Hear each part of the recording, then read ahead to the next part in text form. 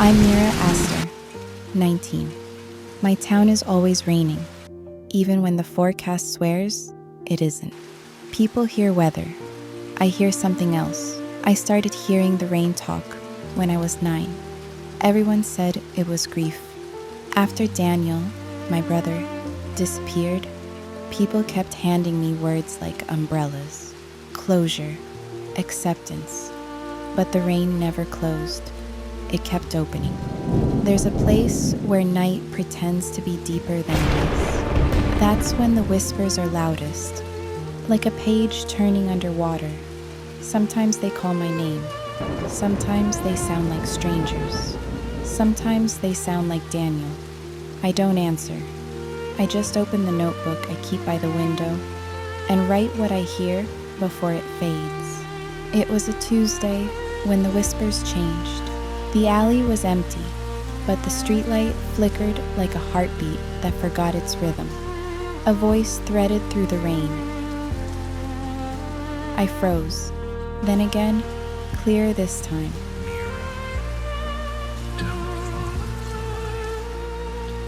People don't leave you messages after 10 years. But the light ahead stuttered and went out.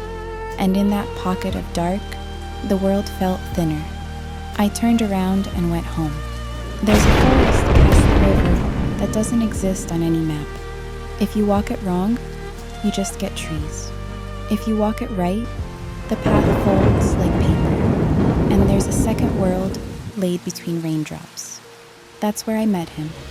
A man without age, with eyes like unlit stars.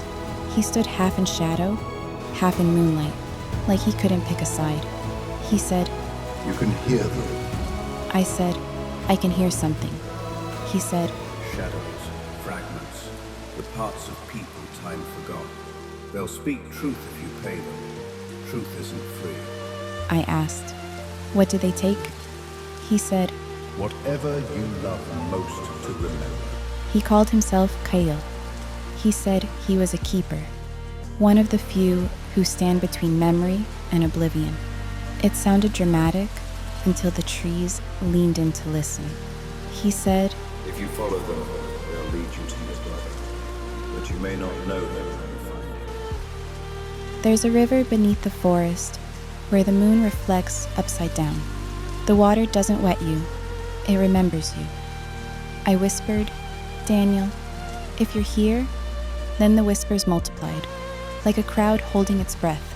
And then I heard it, Daniel's voice. My heart stopped. "Danny," Kale said, "careful." The river offered me an oath. Listen and pay. When the first answer came, it took my memory of Mom's hands. Not her face, not her voice, just the way her fingers used to tap the table to the radio. Gone, like erasing a single star from the sky and still noticing the dark. Daniel's voice came again, closer now. I whispered, "Why?"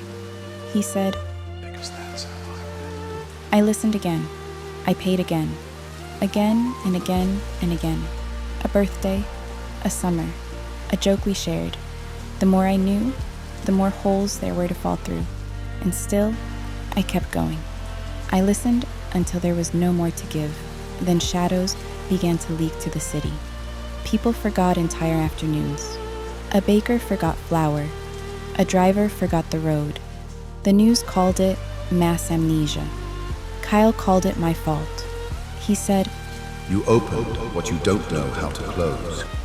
I said, "Then teach me." He said, You close it by giving back what was taken. he didn't have to say the rest. Give back the memory, anchoring it open. Give back Daniel. I whispered, "I'm afraid of forgetting you, Danny." Kale said softly, Memory isn't love. It's how we hold it. The love stays, with or without the pages. I laughed through tears. "You sound like someone who's paid too much." He said, Enough to know the cost isn't always loss. The river turned to glass again. The moon hung like a coin tossed by a god who couldn't decide. I stepped to the edge. The water brightened with 1,000 almost voices. I whispered, "Daniel, if I let you go, will you be gone?" Then his voice came, clearer than ever, gentle. "Tell me what to do," he said. I was hoping to tell you more, but I can only say few from the realm I am. The conjunction has passed, but fear not, you are not alone. I whispered the words back to myself. "I am not alone," Kale said quietly. "Choose." I took a deep breath. I gave the river the sound of our house at dinner, the squeak of Daniel's chair, the way he always added too much pepper, and the face he made after. And then I gave it his voice and essence. I woke on the riverbank, with the sun making lace through the leaves. The rain had finally stopped. The town felt lighter, whole. I didn't know my name at first. Didn't know why my shoes were wet or why my hands were shaking. There was a boy's name on my tongue that tasted like sugar you can't place, and lots of spaces in my chest that didn't hurt, but remembered hurting. Kale was there. He said, I turned to him and asked, "Do I know you?" He smiled faintly. Not anymore, thank you. I asked, "For what?" He said, For closing the door the rest of us were too tired to hold. I smiled back. I didn't know why, but I believed him. The baker remembered flour again. The driver remembered roads. People went back to living small, ordinary miracles, I told myself. People in town said I'd been missing for days. I believed them. I went back home, rearranged my life into something that looked like living.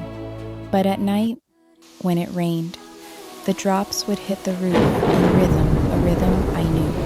Every time the rain falls, it's as if it wants me to remember. I started remembering in small ways. A voice saying, "Don't follow the light." A hand pulling me back, and one sentence that refused to fade. I didn't know whose voice it was, but it made me cry every time, like love with no name. That night it rained again, not the heavy kind, the kind that sounds like someone learning to speak your language. I couldn't hear Daniel anymore, but I felt a warmth the size of a hand where a memory used to be. Maybe memory is how we hold love. Maybe love holds us anyway. If you hear the world say your name, answer kindly. Ask what it wants. Ask what it'll take. And if you must pay, remember to keep enough of yourself to keep going. I don't know if I'll ever remember everything I gave, but I know what I kept. I kept the part of me that believes. Sometimes the dead don't speak.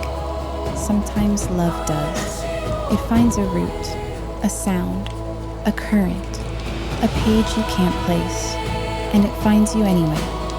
If this story moved you, subscribe. We post new emotional stories every week. Same echoes, same answers.